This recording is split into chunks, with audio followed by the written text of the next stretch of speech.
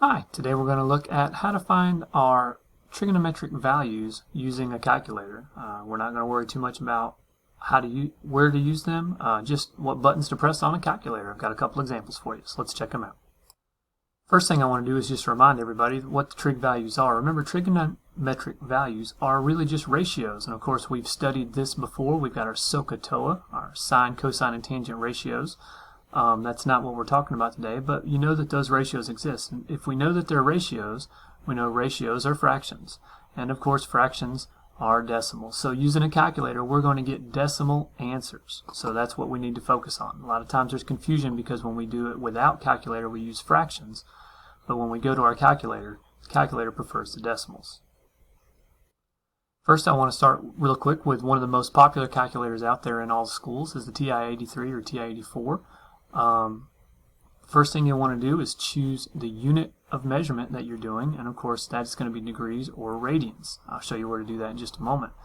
After that, you're just going to simply press the trig function of the angle and then type it in. Let's see what that looks like in action. Okay, here I have my TI-84 calculator. It says mode, choose degrees, so the mode button is right here. I'm going to click on mode. And you can see my mode is already in degrees, but sometimes it's not. Sometimes it's in radians, but you just want to make sure it's in degrees, so make sure the degrees is highlighted. After that, I'll second quit to go back to my main screen, and now I'm ready to press the trig function.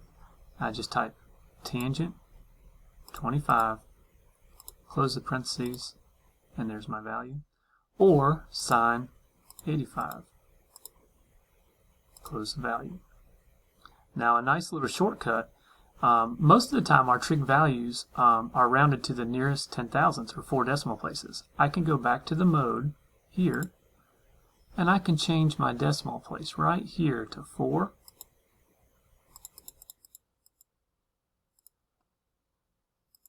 And now when I type that in, it will automatically round it for me. A nice little shortcut. Another popular method nowadays is using the Desmos calculator, the free online calculator. Highly recommend it. Super powerful function. You can find that at desmos.com. At Desmos, you just want to click on the wrench so you can adjust your settings, and of course there's where you'll choose your degrees or your radians. And then you'll just type in the trig function and the angle, just like before. There's also a keyboard you can use to pull up. Let's see what that looks like. Okay, so here we are on the Desmos website. It says click on the wrench, so the wrench is up here in this corner.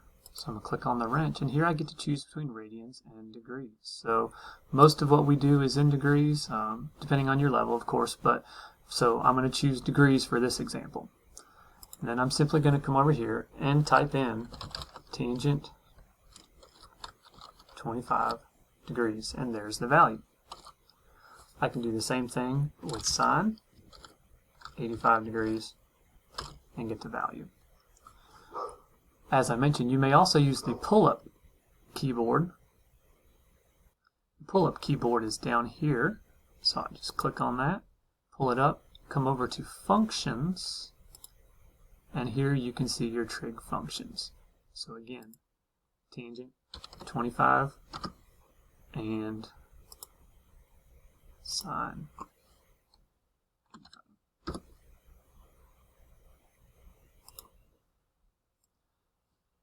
One last method I wanted to show you is the old school method, the trigonometry table.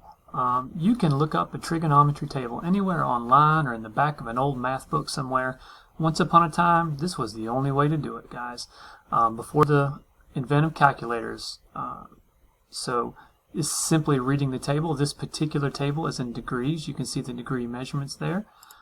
So you can see that the sine of 1 degree is 0.0175, and the tangent of 8 degrees, I go 8 degrees, and tangent is 0.1405. Now this table goes all the way through 90. Just look them up and then use those values instead. Thanks for watching. I hope this helped.